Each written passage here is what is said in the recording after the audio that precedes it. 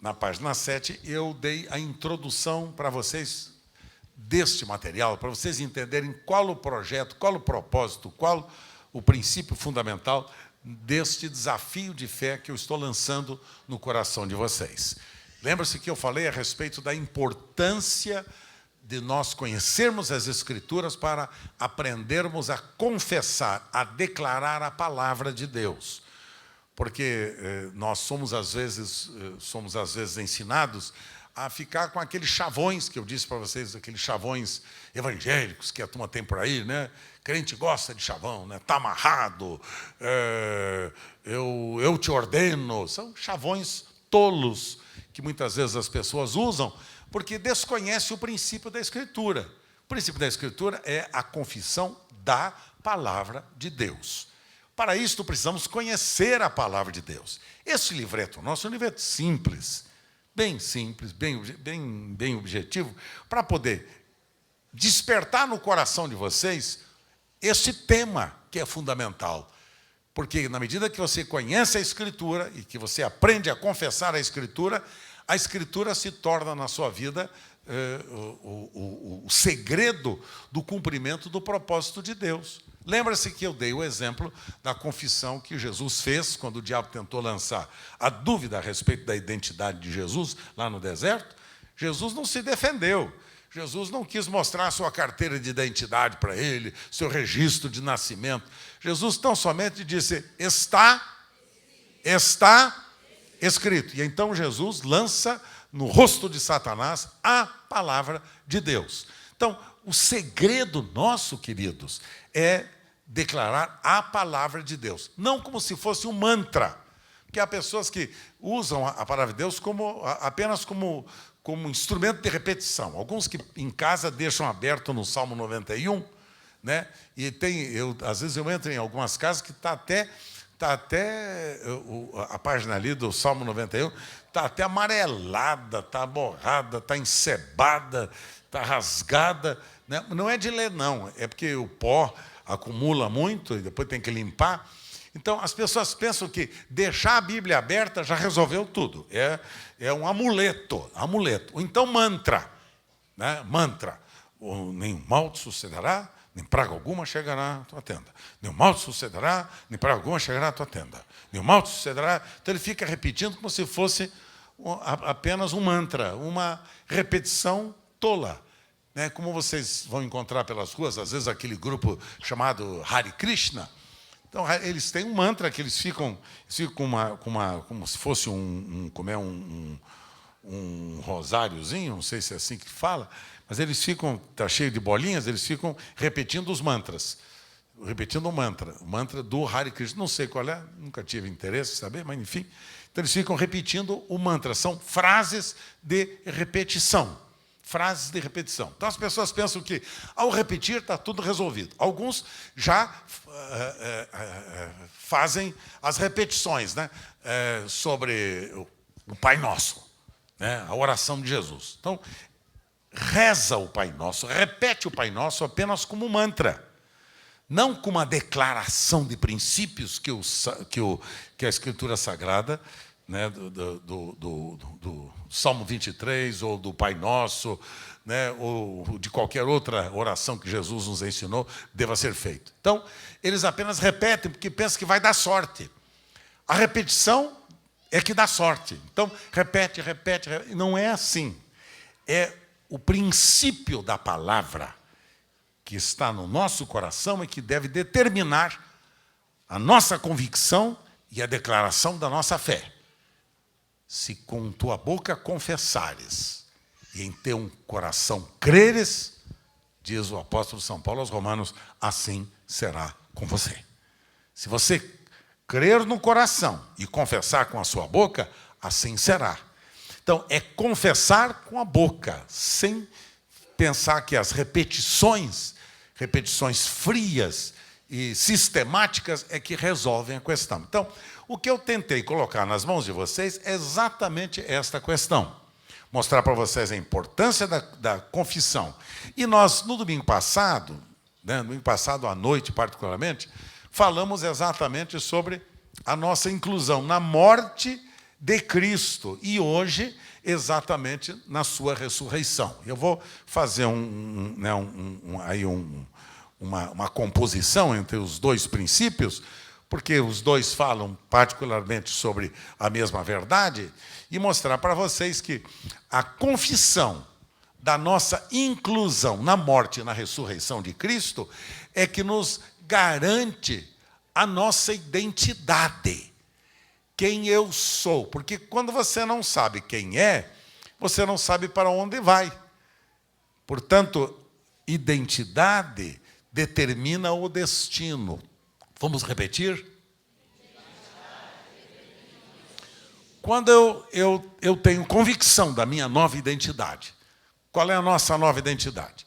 Se alguém está em Cristo, nova criatura é. As coisas velhas, e eis que tudo, segundo aos Coríntios, capítulo 5, verso 17. Então, aqui trata da nossa identidade. Veio para o que era seu, mas os seus não o receberam. Mas a todos quantos o receberem, deu-lhes o poder de serem feitos filhos de Deus. Evangelho de João, capítulo 1. E é bom o capítulo todo para você ter um entendimento claro sobre esse princípio. Então, filhos de Deus é diferente de sermos criaturas de Deus. Todos nós somos criados por Deus. Mas os filhos de Deus são os nascidos de Deus. São os nascidos de novo. São aqueles que nasceram em Cristo, transformados, que foram em uma nova criatura. Então eu falei com vocês a respeito da experiência, por exemplo, de Nicodemos, aquele judeu célebre, né, um mestre das Escrituras, e aquele judeu célebre, ele vai ter de noite com Jesus para mostrar o conhecimento que ele tinha a respeito de Jesus. E ele chega lá e diz, isto é Evangelho de João, capítulo 3. Chega lá e ele diz para Jesus, olha, bem, sei quem tu és. Sei que vieste da parte de Deus, porque ninguém faz os sinais que tu fazes se Deus não estiver com ele. Então ele já vem com uma declaração de fé a respeito de Jesus, tentando mostrar para Jesus que ele conhecia tudo sobre a teologia da encarnação do Filho de Deus. Aí Jesus olha para ele e diz assim, deixa eu dizer uma coisa para você, filhão querido. Filhão querido, esse é da minha parte, o filhão querido é da minha parte. Mas deixa eu dizer uma coisa para você, Nicodemos. Se você não nascer de novo, esta sua declaração não tem valor nenhum. Você não entrará no reino de Deus. E você não verá o reino de Deus. Evangelho de João, capítulo 3. Se você não nascer de novo, a sua declaração, por melhor que ela seja, por mais embasada teologicamente que ela esteja, esta sua declaração meramente fria não tem valor nenhum. Aí Nicodemos fala, mas como é que eu, sendo um homem já velho, com idade e tudo, como é que eu posso nascer de novo?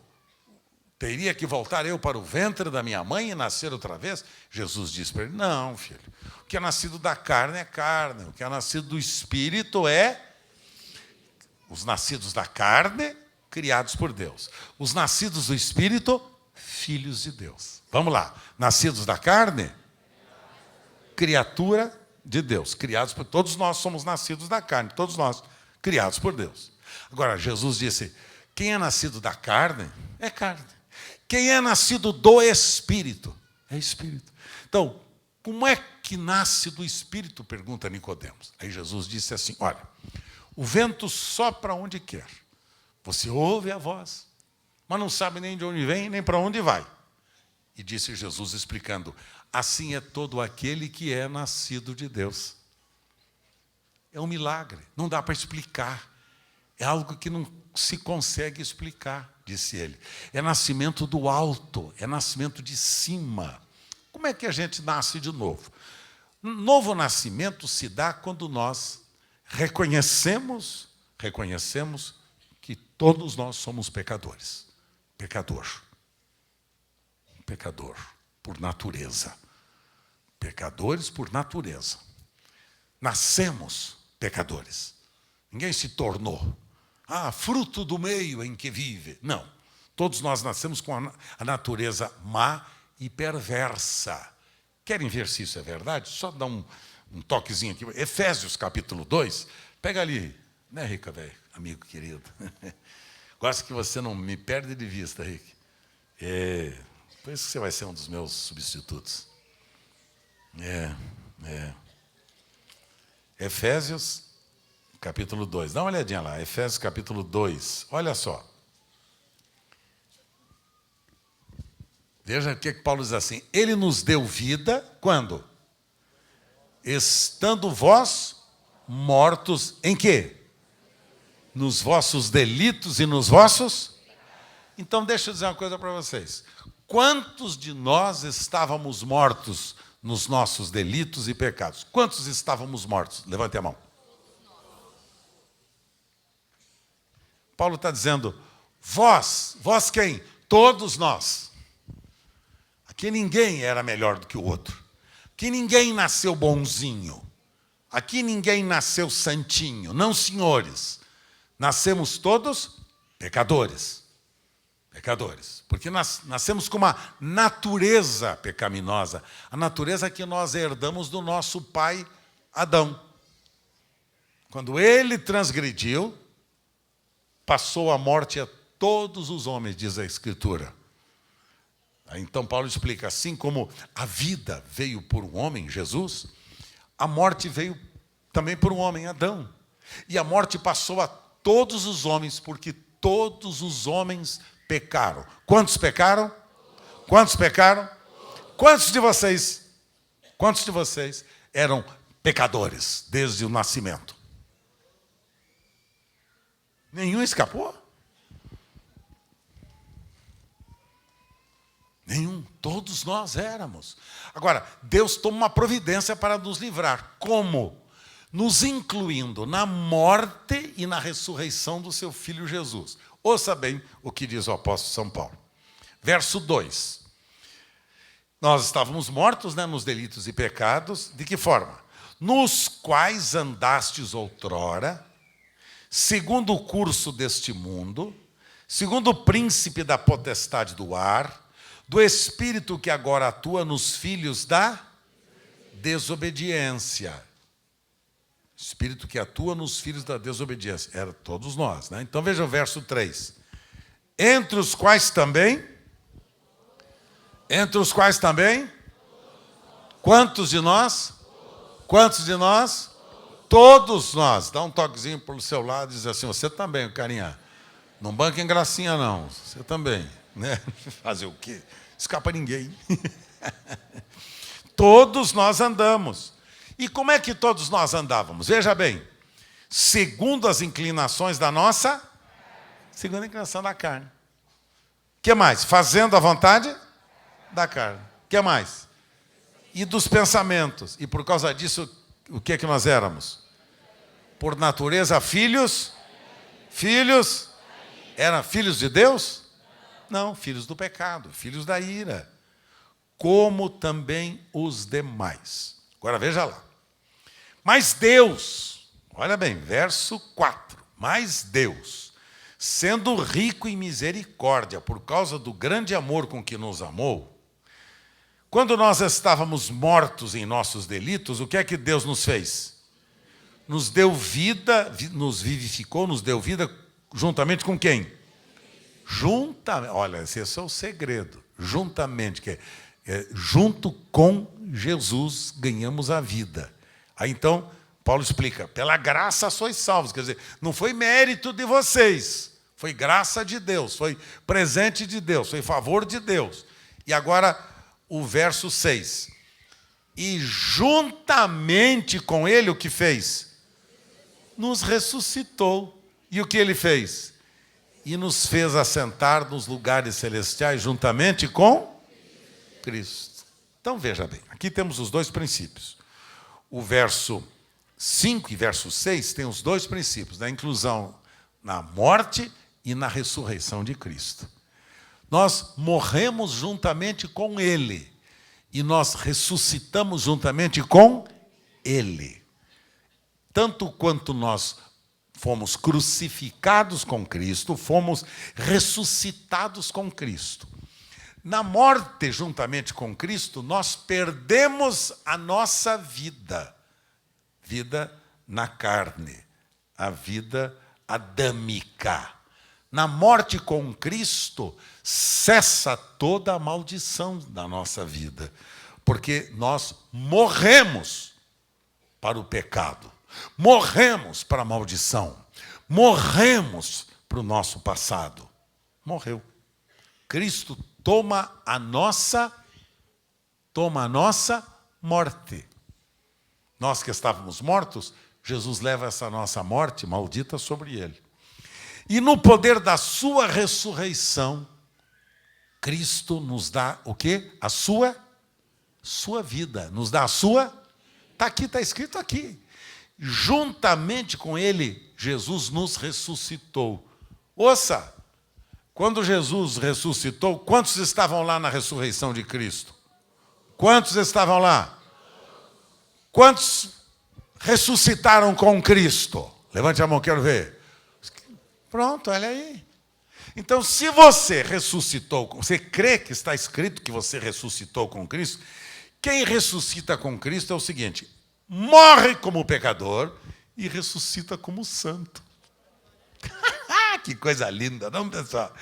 Morre o pecador e ressuscita o? E ressuscita o? E ressuscita o?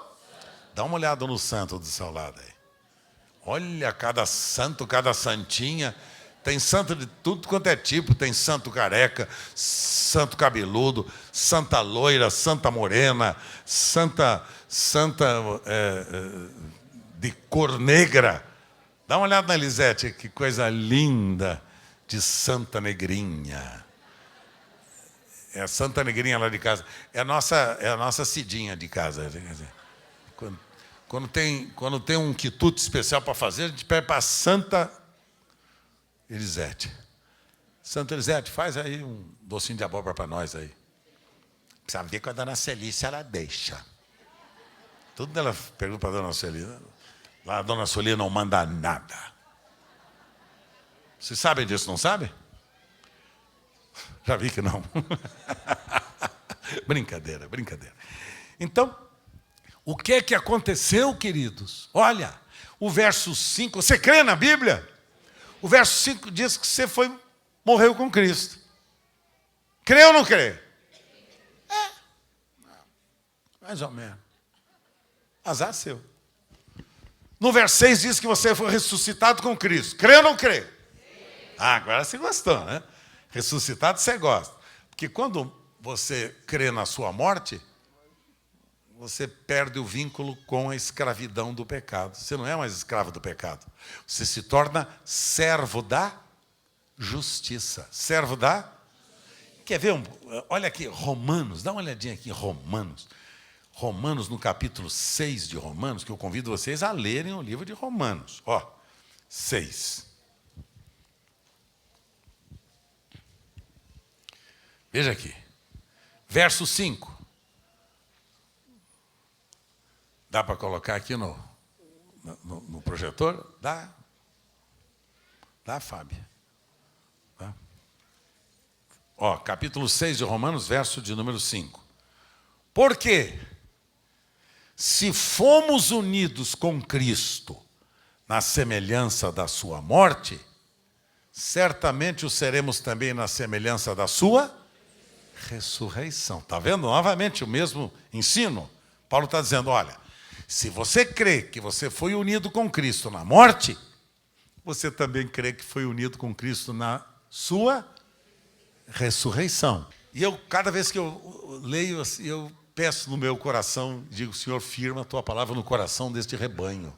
Porque isso é o segredo da nova vida. Isso aqui é a base do cristianismo.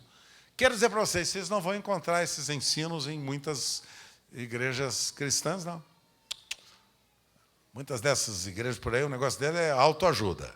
O que você pode, o que não pode, fica rico, ganha dinheiro, tem... Né? De qualquer jeito, não precisa nem obedecer a Deus. Basta você dar para a igreja, você já fica rico. Isso é besteira. O Ronaldo e a esposa contaram para nós aqui os princípios. O princípio da prosperidade dele chama-se princípio da obediência. O homem que foi obediente a Deus, Deus o prosperou. Não porque ele deu, que Deus faz como ele quer.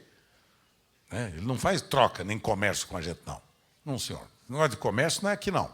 Comércio em qualquer outro lugar. Aqui não tem esse comércio, não. que a gente ensina obediência à palavra. E não mantra. Bom, deixa quieto. Vamos lá, todos juntos, verso 6. Agora está no quadro, vamos lá. Todos juntos.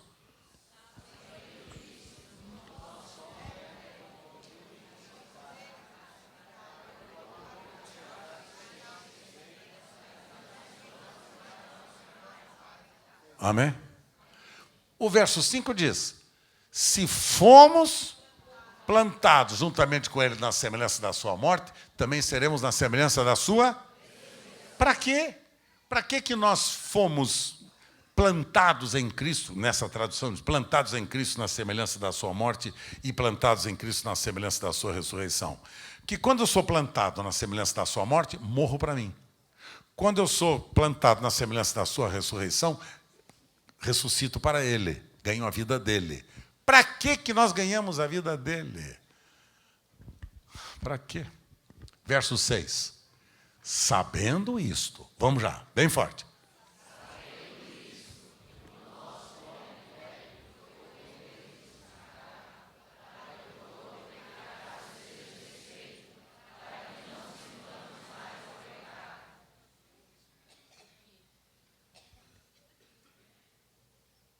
Pensa um pouquinho, o que você leu?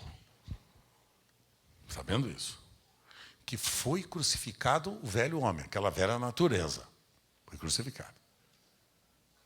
E foi ressuscitada uma nova natureza. Essa nova natureza não é escrava do pecado. Essa nova natureza é serva da justiça. Veja a continuidade, verso 7. Porquanto, quem morreu, justificado está do pecado. E agora o verso 8. A conclusão. Veja a conclusão que Paulo agora chega aqui. Ora, se já morremos com Cristo, cremos que também com Ele? Cremos que também com Ele? Você crê que já foi crucificado com Cristo? Então creia que você foi ressuscitado com Ele e você vive a vida dele todos os dias da sua existência até aquele dia. Isso chama-se novo nascimento. Novo nascimento é: eu arrependo-me do meu pecado. Arrependo-me do meu estado pecaminoso, de ser uma criatura má e perversa, dos pecados que cometi na minha vida, que levaram à crucificação de Cristo. Arrependo-me dos meus pecados, confesso os meus pecados. E agora, pela fé, eu recebo a obra da graça de Deus, que é perdoar-me os meus pecados pelo poder da ressurreição. Na ressurreição de Cristo, Deus me perdoa os pecados. Na ressurreição de Cristo, Ele me perdoa os pecados e faz de mim uma nova criatura, para que eu fique livre do pecado e me torne servo da, e me torne servo da, e me torne servo da justiça. Então, meus irmãos queridos, tantos outros textos da Escritura que nos ensinam estas verdades, para a gente firmar a nossa fé na palavra de Deus. Para quê? Aprender a confessar a palavra de Deus. E eu ensino para vocês aqui, tanto no capítulo 2, quanto no capítulo 3, eu exatamente estou ensinando vocês a como vocês vão destacar esses princípios e aprender a confessar esses princípios. É importante, porque isto fala da sua identidade, sua nova identidade, quem você é. O diabo precisa saber que você agora é uma nova criatura. Está escrito, Satanás. Está escrito. Se alguém está em Cristo, é uma nova criatura. Portanto, eu declaro a minha inclusão na morte e na ressurreição de Cristo e tenho de Cristo a sua vida conforme a sua promessa. Isso é a declaração da fé. E a declaração de fé que você precisa aprender a fazer diariamente. E é a maneira como Deus usa a sua palavra para repreender Satanás e o seu desejo de levar você exatamente a tornar-se, a continuar escravo do pecado.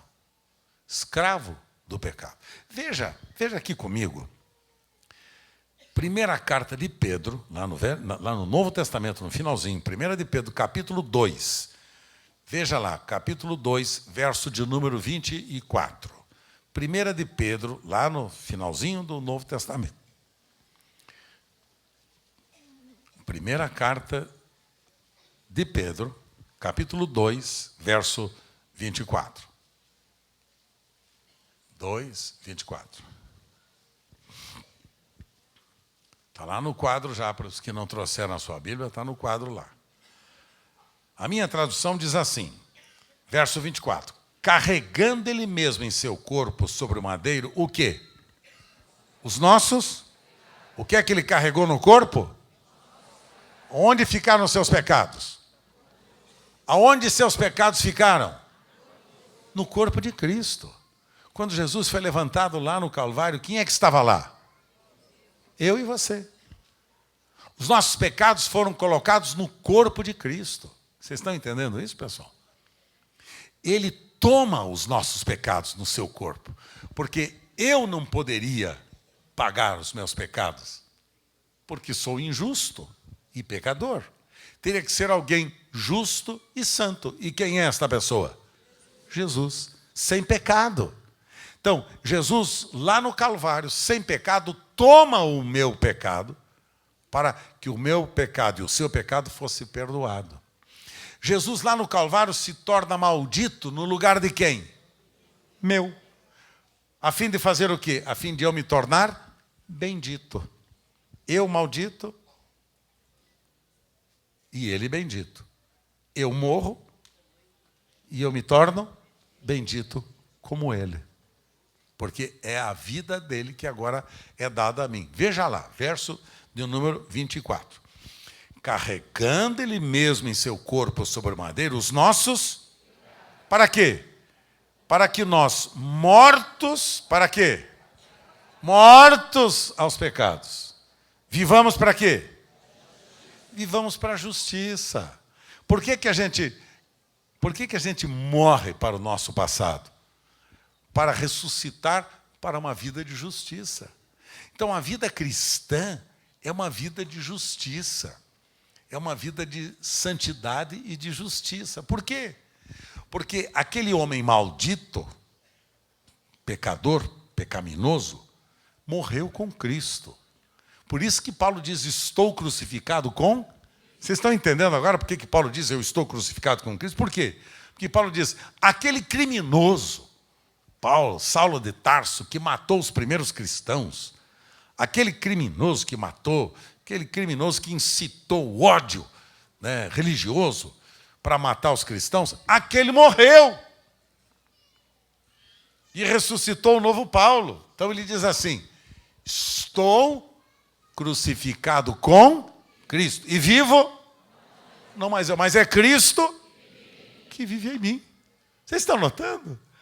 A beleza da palavra de Deus. Agora, vou dizer uma coisa para vocês. Eu oro no meu espírito, porque eu sei que muitos de vocês não entendem nada.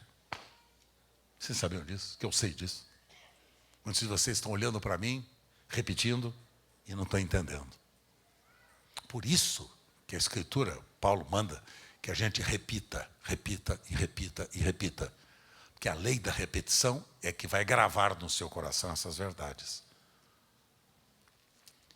Meu amigo Juan Carlos Ortiz, um homem que eu tive amizade com ele, eu conheci muito lá na Argentina, há muitos anos, um homem tão precioso.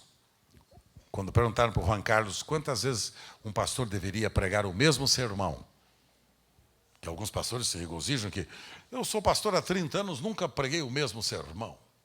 Que desgraça. Deveria pregar mais vezes.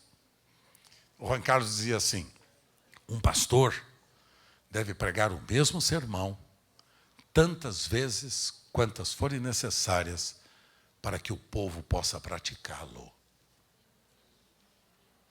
Porque às vezes vocês ouvem uma verdade e não entendem a primeira vez. Aí ouve a segunda, parece que tem sentido. Aí ouve a terceira, cai no coração. Então, por isso vocês notam que esses textos eu faço questão de repetir sempre com vocês. Porque eu sei que de uma hora ou outra vai cair no coração de vocês essas verdades. Porque esta é a base da nossa fé. Ser uma nova criatura, isto é cristianismo. Cristianismo não é mudar de religião, queridos. Cristianismo é mudar de natureza. Natureza perversa para a natureza santa. Natureza pecaminosa para a natureza justa.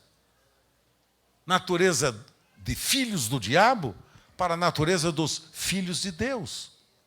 Natureza de lobo para a natureza de cordeiro.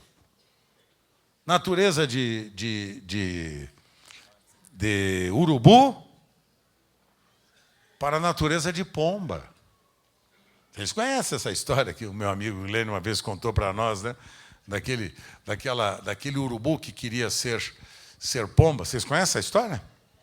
O urubu queria ser pomba. Aquele urubu, né? Você sabe que o urubu é carnívoro e a plumagem dele toda é escura, preta, né? Negra. Aí o urubu se alimenta de carne podre, vocês sabem disso. O urubu via a pomba é herbívora, né? Herbívora, aquela plumagem branca, clarinha e tudo. E aí, aquele voo tão suave da pomba, né? E o voo pesado do urubu. Aí o urubu olhou aquela pomba e falou: puxa vida, viu? Eu queria tanto ser uma pomba, queria ter nascido pomba. Eu não gosto de ter nascido urubu. Aí a pomba estava fazendo lá seus voos rasantes, aquela coisa toda. O urubu olhando e falou: puxa, o que é que eu vou fazer? Aí viu que tinha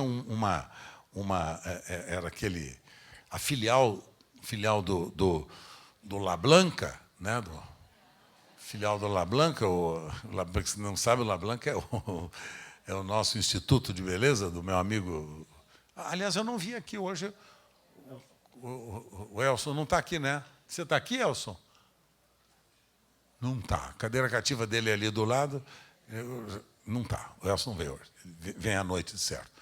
Mas aí, então, o urubu foi lá, pediu uma hora lá no La Blanca, você está entendendo? Instituto de Beleza, e pediu para pintar, fazer uma tintura loira na plumagem dele. Aí, então, chegou lá e pediu para a moça: faz uma tintura para mim aqui, eu quero ser loira, eu quero ser a plumagem bem branca, como a pomba. Aí chegou lá o pessoal do salão, foi lá e pá, fez uma plumagem, fez a tintura na plumagem do urubu, e ele ficou, cara, aquela plumagem branca, ele saiu todo vaidoso.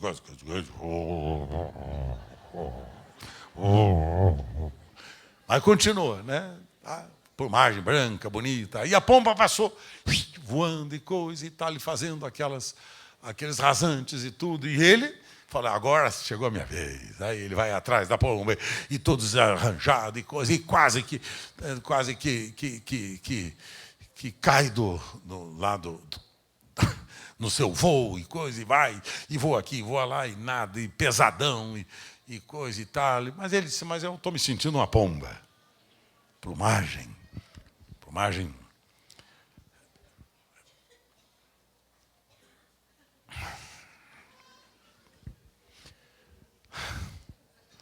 Você sabe que tem muita gente na igreja que gosta de banho de água oxigenada? Muda de pluma, muda de pelo, muda de roupa, mas não muda de natureza. Quando chegou a hora do almoço, aí ele falou: vamos ver onde é que a pombinha vai. Vou almoçar com ela agora. Aí a pombinha vai lá e começa a comer os grãozinhos e tudo, porque ela é herbívora, começa a comer os grãozinhos e tudo, e coisa, e as sementinhas e tudo. E aí ele fala: é comigo mesmo. E ele vai na semente e o grão... Que horrível. Ele falou: mas que é isso? Que gosto comer semente? Esse negócio não serve para mim, não. Aí ele vê uma carcaça de um animal morto, podre, e fala: ali está um filezinho. E aí ele vai lá para a carcaça do morto, podre. É aí, queridos, que ele descobre que apenas o banho de água oxigenada não mudou a sua natureza. Ele continuou comendo carne podre.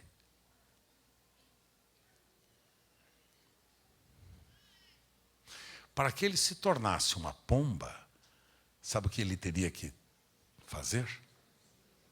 Morrer urubu e ressuscitar.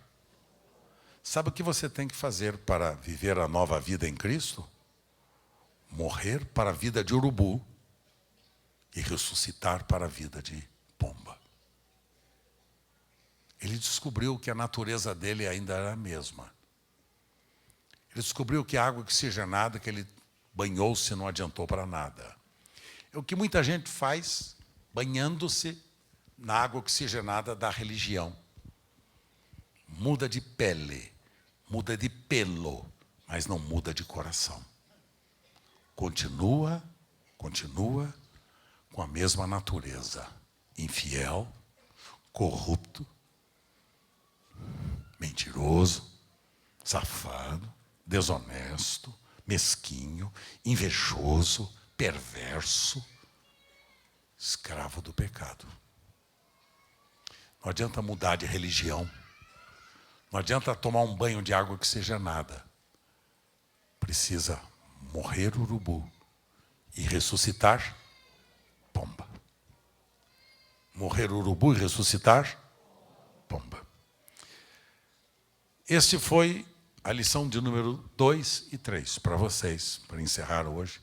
Aqui estão os textos para você repetir. Lá na página 11, texto para você conhecer, decorar, se possível for. Na página 11, bem lá em cima, tem lá a oração, o modelo de uma oração que você pode fazer. E o modelo da oração é esta.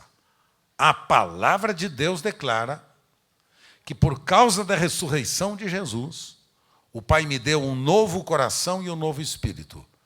Por isso eu confesso e tomo posse agora dessa nova vida. Não aceito traumas, feridas, complexos e lembranças amargas do passado no meu coração. Rejeito isto na minha vida. Está escrito que agora eu tenho o coração, o espírito e a mente de Cristo. E eles me capacitam a perdoar a todos os que me ofenderam, a ter pensamentos e sentimentos livres, cheios de paz e cheios de alegria. E aí estão os textos para você repetir, para você declarar que eu deixo no seu coração. Domingo que vem, eu estarei falando, junto com na medida do possível, junto com meu amigo Gibbons, estarei falando sobre o quarto princípio, que é dos pecados que foram apagados e perdoados lá no Calvário. Mas antes, ao encerrar, deixa eu só deixar uma lembrança com você hoje. Uma lembrança no seu coração hoje. Você sabe como é que Maria ficou grávida? Sabe como é que Maria, mãe de Jesus, ficou grávida? Você sabe como é que ela ficou? Quer ver como é que ela ficou grávida? Lucas, capítulo 1. Lucas, e aqui, hoje pela manhã eu vou encerrar. Lucas, capítulo 1. Verso de número 30. Lucas, capítulo 1, verso 30. Olha lá. Veja este princípio que é fantástico. Aqui está o segredo da sua vida de abundância. Aqui está o segredo do Cristo vir viver em você, nascer em você como nasceu em Maria. Olha bem. Lucas, capítulo 1, verso 30. Mas o anjo disse a Maria: não temas, porque achaste graça diante de Deus. Eis que conceberás e darás à luz um filho, a quem chamarás pelo nome de Jesus. Este será grande, será chamado Filho do Altíssimo. Deus, o Senhor, lhe dará o trono de Davi, seu pai. Ele reinará para sempre sobre a casa de Jacó, e o seu reinado não terá fim. Então disse Maria ao anjo: como será isto, pois eu não tenho relação sexual com homem algum? O anjo respondeu: descerá sobre ti o Espírito Santo. O poder do Altíssimo te envolverá com a sua sombra. Por isso também o ente santo que há de nascer será chamado Filho de Deus. Verso 38. Todos juntos. Verso 38. Então disse Maria: aqui está a serva do Senhor, que se cumpra em mim conforme, que se cumpra em mim conforme, que se cumpra em mim conforme tua palavra. Ouça, aqui está o segredo. Maria viu que era impossível para ela. Como é que ela ia gerar se ela não tinha relação sexual com homem nenhum? E o anjo disse que ela seria mãe do Filho de Deus. Mas como poderia acontecer isso? E ela contesta o anjo.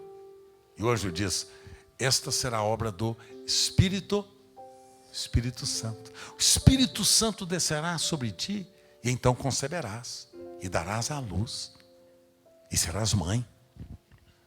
Você está perguntando hoje: mas como é que eu vou nascer de Deus sendo uma pessoa tão pecadora e miserável?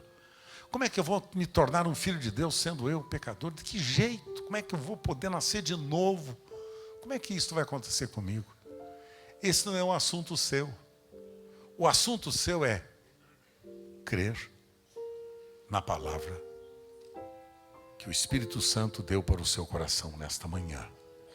Crer que o Espírito Santo vai fazer de você hoje a nova criatura que Ele prometeu. Ele vai gerar Jesus em você. Como Ele gerou Jesus em Maria, Ele vai gerar Jesus em você. O que é a palavra de Deus? O apóstolo Pedro diz assim que a palavra de Deus é a divina semente. Semente aqui é a mesma coisa que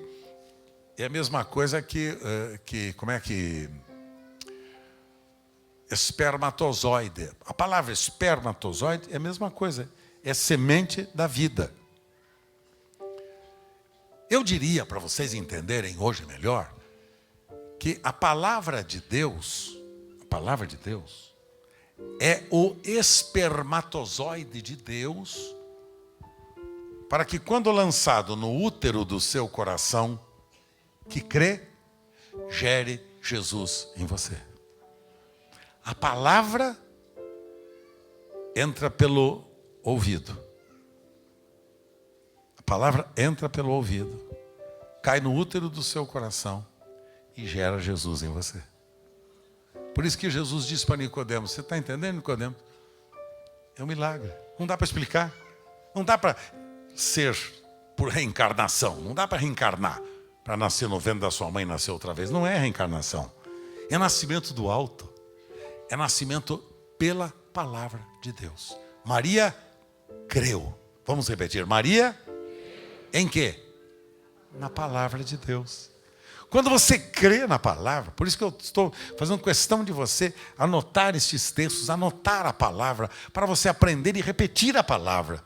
Porque o que vai gerar fé no seu coração não é os meus ensinos, não é o meu discurso, é a palavra de Deus. O meu discurso passa, o meu discurso comunica, mas é a palavra de Deus que vivifica. O meu discurso pode jogar no lixo, mas a palavra de Deus não, ela é eterna, ela é viva. Ela é mais poderosa do que a espada alguma de dois gumes. Penetra até a divisão da alma, do espírito, das juntas e medulas. É apta para discernir até mesmo as intenções do coração humano. É a palavra de Deus. A palavra de Deus é o martelo que os miúdos sapeiam. A palavra de Deus é a espada. A palavra de Deus é a água purificadora. A palavra de Deus é eterna. A palavra de Deus é a boca de Deus. Quando Deus está, Gênesis capítulo 1, está criando este mundo, o que é que ele diz? O que é que ele diz? Haja! E o que aconteceu? Houve? Haja luminares e o sol e as estrelas e a divisão de águas entre águas. Haja! E o que aconteceu? Palavra de Deus. A palavra de Deus tem poder. Se nós crermos na palavra. Por isso que eu quero dizer para vocês que eu volto a dizer, eu não gosto desses grupos religiosos que ficam ensinando besteira para o povo, bobagem para o povo. fica ensinando para o povo ensinos judaizantes, trazendo Israel para dentro da igreja cristã. Isto é pecado, isto é maldição. Estes líderes religiosos não sabem que estão pecando contra o Espírito Santo. Mesmo que tenham todo o sucesso do mundo que possa imaginar. Porque o povo, coitado, o povo na ignorância anda atrás de gente tola. Infelizmente, o povo é assim. O povo não gosta de ser instruído, como nós fazemos aqui com vocês. O povo gosta de chegar aqui fácil. Ouve um discurso, diz que agora eu vou ser feliz, que eu vou ter dinheiro, que eu vou ser rico, que eu vou ser curado, que eu vou ser próspero, que eu vou ser o grande e poderoso nas nações, que eu vou ser o grande e pronto. E vai embora para casa, derrotado.